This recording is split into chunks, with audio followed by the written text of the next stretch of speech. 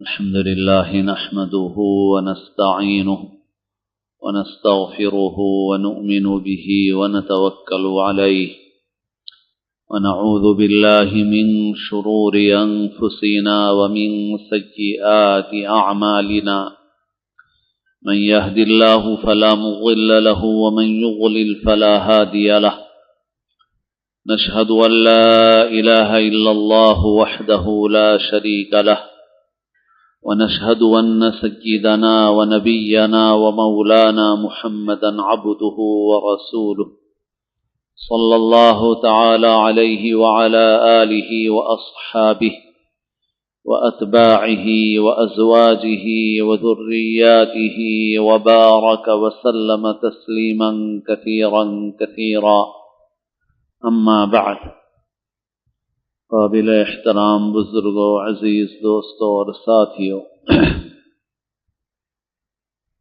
دنیا میں جتنے انبیاء کرام مبعوث ہوئے ان سب نے لوگوں کو ایک اللہ کی عبادت اور بندگی کی طرف بلایا اور آخرت کی تیاری کی دعوت دی۔ یہ دو بنیادی باتیں ہیں جن کی طرف تمام انبیاء کرام علیہم الصلاۃ والسلام نے دعوت دی۔ قرآن مجید کے بنیادی مضامین میں بھی توحید اور آخرت کا مضمون ہے۔ ایک اللہ کی عبادت اور بندگی کرو اور مرنے کے بعد جو زندگی پیش آنے والی ہے اس کے حالات کا ذکر ہے۔ احادیث شریفہ میں اس کا ذکر ہے، سارے انبیاء کی تعلیمات میں اس کا ذکر ہے۔ مسلمان ہونے کے لیے سب سے بنیادی اور اہم چیز یہی ہے، ایک اللہ پر ایمان اور آخرت کا یقین۔ انبیاء کرام علیہم الصلاۃ والسلام پر ایمان بھی لازم اور ضروری ہے۔ اس کو رسالت کہا جاتا ہے، عقیدہ رسالت کہا جاتا ہے۔ رسالت کا عقیدہ رکھنا، رسولوں پر ایمان رکھنا، یہ بھی لازم اور ضروری ہے، اور پھر اس میں کوئی فرق نہیں کیا جائے گا۔ جس نبی کی ہم امت میں ہیں اس پر بھی ایمان رکھتے ہیں، اور ان سے پہلے جتنے نبی آئے سارے نبیوں پر ایمان رکھتے ہیں۔ آمن الرسول بما انزل الیہ من ربہ والمؤمنون کل آمن باللہ وملائکتہ وکتبہ ورسلہ لا نفرق بین احد من رسلہ۔ رسولوں میں سے کسی کے درمیان ایمان لانے میں ہم فرق نہیں کرتے۔ حضرت موسیٰ پر، حضرت عیسیٰ پر، ہمارے نبی پر علی نبینا وعلیہم الصلاۃ والسلام سب پر ایمان رکھتے ہیں۔ البتہ چونکہ آخری نبی جو کتاب لے کر آئے ہیں، اب عمل کا مطالبہ اسی پر ہے، اس وجہ سے ہم توریت پر عمل نہیں کرتے، انجیل پر عمل نہیں کرتے، اور آخری کتاب پر عمل کرتے ہیں، کیونکہ اب یہی اللہ کا حکم ہے۔ باقی ایمان تو سب نبیوں پر رکھتے ہیں، سب کتابوں پر رکھتے ہیں۔ اس کو ایمان بالرسالہ کہتے ہیں۔ یہ ہر مسلمان کے لیے ضروری ہے، ہر زمانے میں ضروری رہا ہے۔ ایمان بالرسالہ کے بعد، رسول پر ایمان لانے کے بعد، رسول کی سچائی کو مان لینے کے بعد، نبی اور رسول جن باتوں کی خبر انسانوں کو دیتے ہیں اور جو تقاضا اور مطالبہ انسانوں سے کرتے ہیں، وہ بنیادی طور پر وہی دو چیزیں ہیں جس کا ذکر کیا گیا۔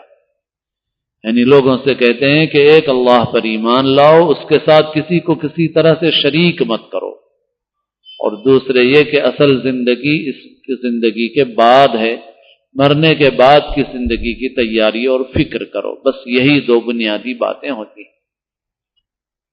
آج ہم لوگوں کے اندر جو کمی اور کمزوری ہے وہ بنیادی کمزوری ہے۔ بنیادی کمزوری ہے ایمان بالآخرت کا معاملہ ہمارے اندر کمزور پڑ گیا ہے۔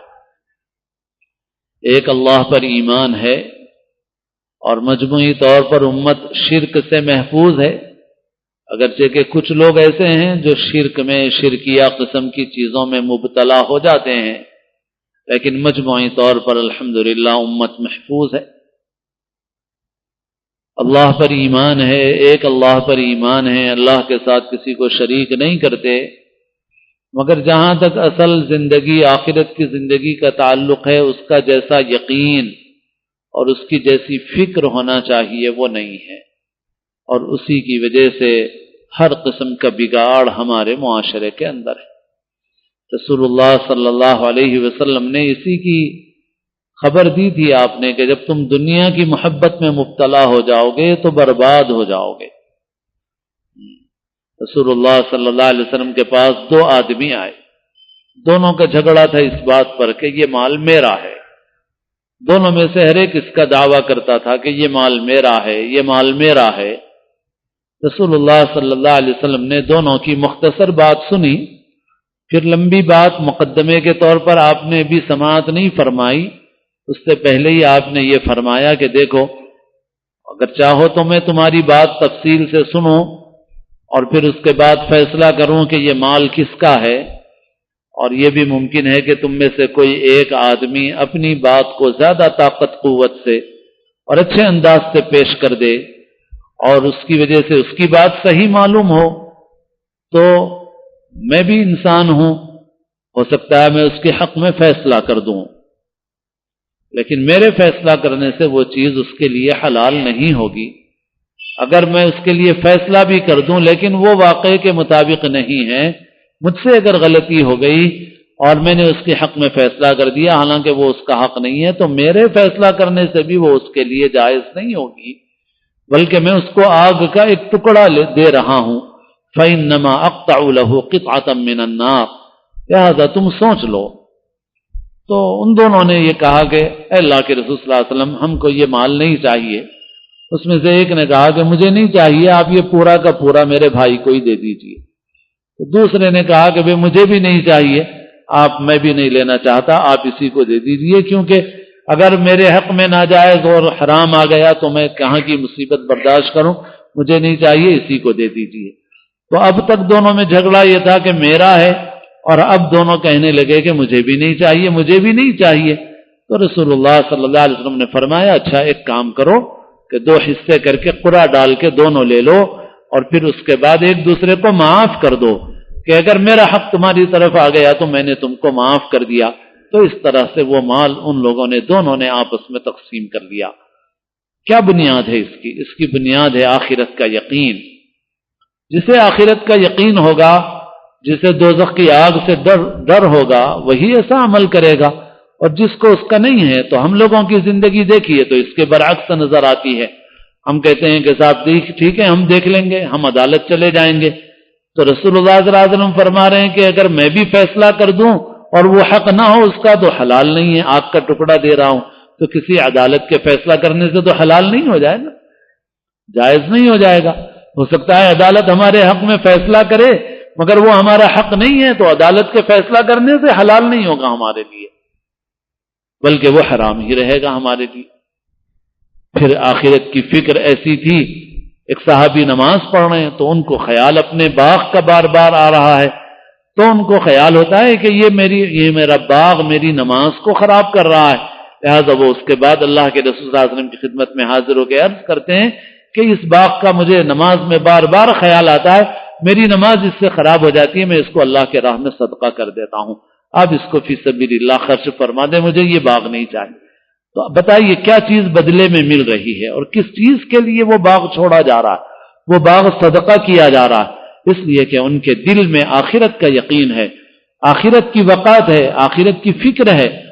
یہ ہے صحابہ کرام کی جماعت ایسی ہی تھی، اور اسلام کا پورا جو نظام ہے وہ نظام اسی بنیاد کے اوپر ہے۔ اللہ سے ڈرایا گیا، اگر اللہ کا خوف نہ ہو، آخرت کا خوف نہ ہو، آخرت کی فکر نہ ہو تو معاشرہ کبھی بھی اچھا نہیں بن سکتا، صالح نہیں بن سکتا، زندگیوں میں انقلاب نہیں پیدا ہو سکتا۔ صحابہ کرام رضی اللہ عنہم اجمعین کی زندگیوں میں انقلاب اسی بنیاد پر تھا، اور مسلمانوں نے جو انقلاب دنیا میں برپا کیا وہ اسی بنیاد کے اوپر تھا، وہ دنیا کی محبت کی بنیاد پر نہیں تھا، دنیا کے لیے نہیں تھا۔ اللہ کے رسول صلی اللہ علیہ وسلم کے پاس مدینے کے لوگ آئے، اور آنے کے بعد انہوں نے حضور سے کے ہاتھ پہ بیعت کی، اور ایک وادی میں ایک گھاٹی میں چھپ کر کے بیعت ہوئی. بیعت عقبہ اولا کہتے ہیں، بیعت عقبہ ثانیہ کہتے ہیں. اور یہ بیعت کی جہاں پر ہوئی تھی وہاں ایک مسجد ابھی بھی محفوظ ہے. جب جمرات کے لیے جاتے ہیں مکہ مکرمہ سے مینا کی طرف اور جمرات کی طرف، تو اب اگرچہ استعمال میں نہیں ہے مگر اس کو محفوظ کر کے ایک پرانی مسجد رکھ دی گئی ہے. وہ اس جگہ پر ہے جہاں پر رسول اللہ صلی اللہ علیہ وسلم سے مدینے والوں نے بیعت کی تھی. بیعت عقبہ پہلے سال ہوئی، پھر دوسرے سال ہوئی. جب دوسرے سال بیعت ہوئی اور رسول اللہ صلی اللہ علیہ وسلم سے انہوں نے عہد و پیمان کیے اور حضور کو دعوت دی کہ حضور مدینہ تشریف لائیں، ہم حضور کا ساتھ دیں گے. تو حضرت عباس رضی اللہ تعالیٰ نے ایمان نہیں لائے تھے اس وقت تک، لیکن وہ حضور کا ساتھ دیتے تھے. وہ موجود تھے اور انہوں نے یثرب والوں سے، مدینے والوں سے پوچھا کہ بھئی تم یہ جو کر رہے ہو تم سمجھ بھی رہے ہو کہ کیا کر رہے ہو؟ کیونکہ اس کے نتیجے میں تمہیں پورے عرب سے دشمنی مول لینی پڑے گی. تو پھر تم اپنی جان، اپنا مال سب کچھ قربان کرنے کے لیے تیار ہو؟ تو انہوں نے کہا کہ ہاں، ہم نے سوچ سمجھ کر یہ سودا کیا ہے اور ہم سب کچھ قربان کریں گے مگر حضور کا ہم ساتھ دیں گے پوری طرح سے. ایک صحابی انصار میں سے کھڑے ہوئے، انہوں نے حضور سے پوچھا کہ اللہ کے رسول صلی اللہ علیہ وسلم ہم اگر یہ کریں گے جیسا کہ ہم نے عہد کیا ہے اور ہم ضرور کریں گے، لیکن ہم آپ سے پوچھنا چاہتے ہیں کہ اس کے بدلے میں ہم کو کیا ملے گا؟ ہم آپ کے لیے پوری قربانی دیں گے، پورا ساتھ دیں گے اور پورے عرب سے دشمنی مول لینا پڑے تو ہم اس کے لیے تیار ہیں، اپنی جان مال سب خطرے میں ڈالنے کے لیے تیار ہیں، مگر اس کے بدلے میں ہم کو کیا ملے گا؟ تو رسول اللہ صلی اللہ علیہ وسلم نے دنیا کے کوئی منصب کا، مال کا کوئی ذکر نہیں فرمایا. اللہ کے رسول صلی اللہ علیہ وسلم نے فرمایا کہ دیکھو اگر تم میرا ساتھ دو گے تو اس کے بدلے میں تم سے ایک ہی چیز کا وعدہ کر سکتا ہوں اور وہ یہ ہے کہ تمہیں جنت ملے گی. تو انصار نے کہا کہ ہم اس پر راضی ہیں، ہم اس کے اوپر راضی ہیں. آپ بتائیے آج دنیا میں ایک معمولی سا کوئی آدمی ہے، اس کا ساتھ دینے سے پہلے آدمی سوچتا ہے مجھے کتنے پیسے ملیں گے صاحب، مجھے پھر کیا ملے گا، میرا فلاں مسئلہ حل ہو جائے گا یا نہیں حل ہو جائے گا، میرا فلاں پرابلم حل ہو جائے، فلاں مسئلہ حل ہو جائے. آدمی ایک چھوٹا موٹا ساتھ دینے کے لیے آدمی اس کا معاوضہ دیکھتا ہے اور انہوں نے اپنی جانوں کو قربان کرنے کا ارادہ کر لیا اور اس کے بدلے میں حضور یہ فرما رہے ہیں کہ میں تم کو کوئی ضمانت نہیں دے سکتا، کسی چیز کی گارنٹی نہیں دے سکتا، البتہ میں تم سے وعدہ کرتا ہوں کہ اللہ تمہیں جنت عطا فرمائے گا. تو وہ انصار کہتے ہیں کہ ہم اس کے لیے راضی ہیں. پھر اس کے بعد انہوں نے کر کے بھی دکھایا اور جو عہد کیا تھا اس عہد کو پورا کیا. غزوہ حنین کے بعد ایک مرتبہ ایسا ہوا کہ مال غنیمت بہت آیا اور رسول اللہ صلی اللہ علیہ وسلم نے مال غنیمت، اور ادھر فتح مکہ ابھی ہوا تھا. تو فتح مکہ کے بعد جو ہے مکے کے جو بڑے بڑے سردار تھے اور دوسرے عام لوگ بھی تھے جو اب تک ایمان نہیں لائے تھے، اب جب مکہ فتح ہو گیا اور مسلمانوں کا غلبہ پوری طرح سے ان کو نظر آ گیا، تو جو اپنی کمزوری سے پہلے اپنے ایمان کا اظہار نہیں کر سکے تھے یا اس کو ایمان نہیں لا سکے تھے، اب وہ ایمان لے آئے اور انہوں نے اپنے ایمان کا اظہار کر دیا. ابھی وہ کمزور لوگ تھے ایک طرح سے. رسول اللہ صلی اللہ علیہ وسلم نے جب مال غنیمت بڑی مقدار میں آیا تو رسول اللہ صلی اللہ علیہ وسلم نے ان کو بڑے بڑے انعامات دیے اور ان کو مال دیا. اب جب ان کو مال دیا تو انصار کو فطری طور پر احساس ہوا کہ صاحب 10 برس سے تو ہم نے قربانی دی ہے اور اب جو ہے مال غنیمت اتنی مقدار میں ہاتھ آیا تو یہ مال غنیمت مکے کے لوگوں میں تقسیم کر دیا گیا، نئے نئے مسلمانوں میں تقسیم کر دیا گیا. ان کے نوجوانوں کے کچھ کے دل میں خیال آیا کہ بہرحال حضور کو مکے سے محبت ہے، مکے والوں سے محبت ہے، اپنی قوم سے محبت ہے، اس وجہ سے حضور نے اپنی قوم کے لوگوں کو دے دیا. اللہ کے رسول صلی اللہ علیہ وسلم کو یہ بات پہنچی تو آپ صلی اللہ علیہ وسلم نے ایک احاطے میں انصار کو جمع کیا اور جمع کرنے کے بعد انصار کے سامنے ایک واعظ آپ نے فرمایا جو بہت بلیغ ہے اور بہت دل پر اثر کرنے والا ہے. اس میں اللہ کے رسول صلی اللہ علیہ وسلم نے انصار کی قربانیوں کا اعتراف بھی کیا اور پھر انصار کو اللہ نے حضور کے ذریعے سے جو نعمتیں دی وہ نعمتیں بھی یاد دلائی. اور اخیر میں اللہ کے رسول صلی اللہ علیہ وسلم نے یہ فرمایا کہ کیا تم اس بات کو پسند نہیں کرتے؟ حضور نے فرمایا پھر کہ میں نے ان کو اس لیے دیا کہ وہ ابھی مسلمان ہوئے ہیں اور میں یہ چاہتا تھا کہ ان کا دل جڑے اور ان کا دل مضبوط ہو، اس وجہ سے میں نے ان کے ساتھ کیا، اس وجہ سے نہیں کیا کہ میری محبت اور میرا میلان ان کے ساتھ ہے. اور کیا تم اس بات کو پسند نہیں کرتے کہ لوگ تو مال لے کر کے جائیں، جانور لے کر کے جائیں، بکریاں اور اونٹ لے کر کے جائیں اور تم اپنے قافلے میں رسول اللہ صلی اللہ علیہ وسلم کو لے کر جاؤ؟ تو انصار رونے لگے اور انہوں نے کہا کہ اس تقسیم کے اوپر ہم راضی ہیں کہ لوگوں کے ساتھ تو مال و متاع جائے اور ہمارے ساتھ حضور چلیں بس. تو یہ پورا انقلاب جو دنیا میں پیدا ہوا وہ اسی سے پیدا ہوا. اور جب تک مسلمان کے اندر یہ بات تھی کہ مسلمان دنیا کا پرستار نہیں تھا تو مسلمان غالب تھا. آدمی جب دنیا کا پرستار ہو جاتا ہے تو آدمی ذلیل ہو جاتا ہے.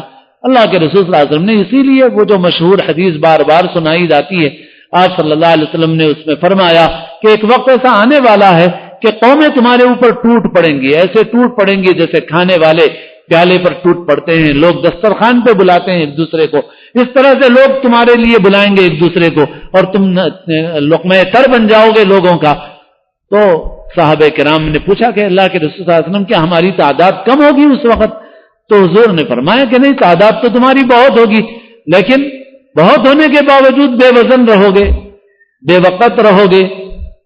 تعداد تو بہت رہے گی مگر بے وزن بے وقت رہو گے، ایسے جیسے سیلاب کا نالے کا پانی ہوتا ہے، پانی کے اوپر گھاس اور تنکوں کا کچرا جمع ہو جاتا ہے تو وہ بہت دور تک پھیلا ہوا ہوتا ہے، پورے پانی کے اوپر پھیلا ہوا ہوتا ہے، لیکن ایک چھوٹا سا کنکر بھی پھینکا جائے تو دور تک ہٹ جاتا ہے، اس کی کوئی وقت نہیں ہوتی، اس کی کوئی قیمت نہیں ہوتی.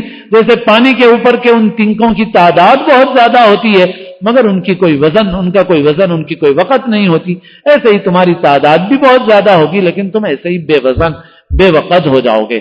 تو صحابہ کرام نے پوچھا کہ اللہ کے رسول صلی اللہ علیہ وسلم آخر یہ ہوگا کیسے ہمارے اندر، یہ ہوگا کیسے ہمارے اندر، یہ وہن کیسے آئے گا؟ اور حضور نے یہ بھی فرمایا کہ صورتحال یہ ہو جائے گی کہ تمہارے دلوں میں دشمن کا رعب بیٹھ جائے گا اور دشمن کے دلوں سے تمہارا رعب نکل جائے گا.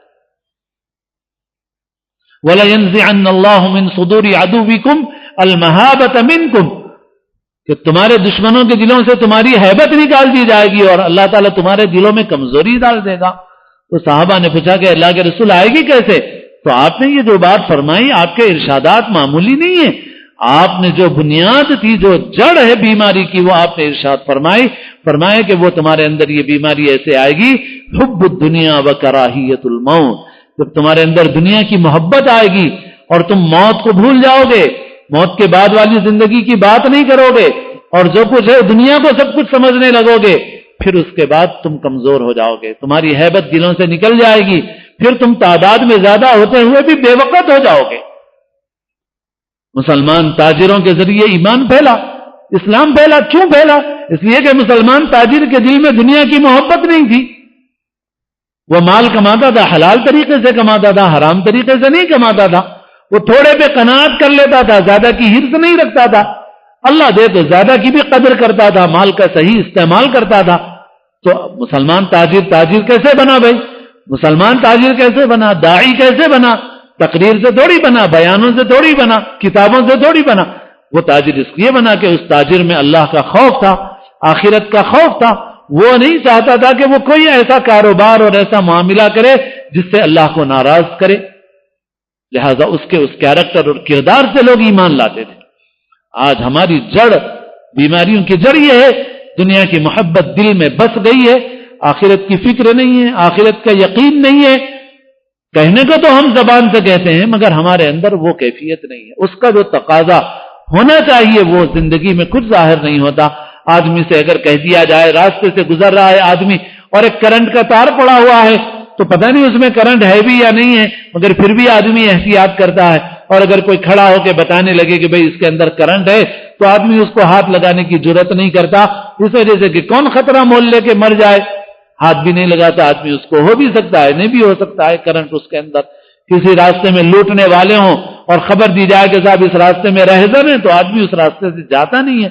اور پھر اللہ کے رسول صلی اللہ علیہ وسلم نے جن چیزوں کی خبر دی ہے ان کے ہوتے ہوئے بھی پھر ہم اللہ کی نافرمانیاں کریں، حرام حلال کی کوئی پرواہ نہ کریں، جائز ناجائز کی کوئی پرواہ نہ کریں، بس مال سمیٹتے رہیں، تو پھر کیسے ہم آخرت پر ایمان والے سمجھے جائیں گے؟ اور کیسے یہ سمجھا جائے گا کہ ہم واقعی دل میں آخرت کا یقین اور آخرت کی فکر رکھتے ہیں؟ اللہ کے رسول صلی اللہ علیہ وسلم نے جو دعوت دی، اور سب انبیاء کی دعوت، نماز بعد میں ہے، روزہ بعد میں، حج زکات بعد میں، پہلی دعوت ہے یہ آخرت پر ایمان، مرنے کے بعد کی زندگی کا یقین. اس کو مانا تو مسلمان، اس کو نہیں مانا تو مسلمان نہیں ہے، نماز پڑھے تو بھی مسلمان نہیں ہے. یہ حقیقت ہے بالکل. آخرت کا یقین اگر نہیں ہے تو نماز پڑھ کے بھی آدمی مسلمان نہیں ہے، روزہ رکھ کے بھی مسلمان نہیں ہے، زکوٰۃ حج کر کے بھی مسلمان نہیں ہے. آدمی کے مسلمان ہونے کے لیے ان اعمال سے زیادہ اہمیت اس بات کی ہے کہ آدمی کے دل میں آخرت کا یقین ہو، مرنے کے بعد کی زندگی کا یقین. آج وہی ہماری زندگیوں کے اندر نہیں ہے. اسی وجہ سے ہم میں اور غیروں میں معاملات کے اعتبار سے کوئی فرق نظر نہیں آتا، کاروبار میں کوئی فرق نظر نہیں آتا، معاشرت میں کوئی فرق نظر نہیں آتا، اور حلال حرام کی پرواہ کیے بغیر بس چل رہے ہیں. درد نہیں ہے، انسانیت نہیں ہے، احساس نہیں ہے، بس کمانے کی مشین بنے ہوئے ہیں. ختم، کماؤ کسی طرح سے کماؤ. اور زندگی کے ہر شعبے میں ایسی ہی صورتحال ہے. اس کی وجہ یہی ہے کہ دنیا کو سب کچھ سمجھ لیا. جب دنیا کو سب کچھ سمجھیں گے تو پھر یہی نتیجے ظاہر ہوں گے. اللہ تعالیٰ اپنے فضل و کرم سے ہم کو صحیح معنوں میں مسلمان بنائے، آخرت کا یقین، آخرت کی فکر نصیب فرمائے، آخرت کی تیاری کی توفیق نصیب فرمائے. اللہ تعالیٰ ہمارے سینوں کو ہدایت کے لیے کھول دے اور اسلام کی زندگی اور اپنے اپنے وقت پر حسن خاتمہ نصیب فرمائے، سنتیں عطا فرمائے.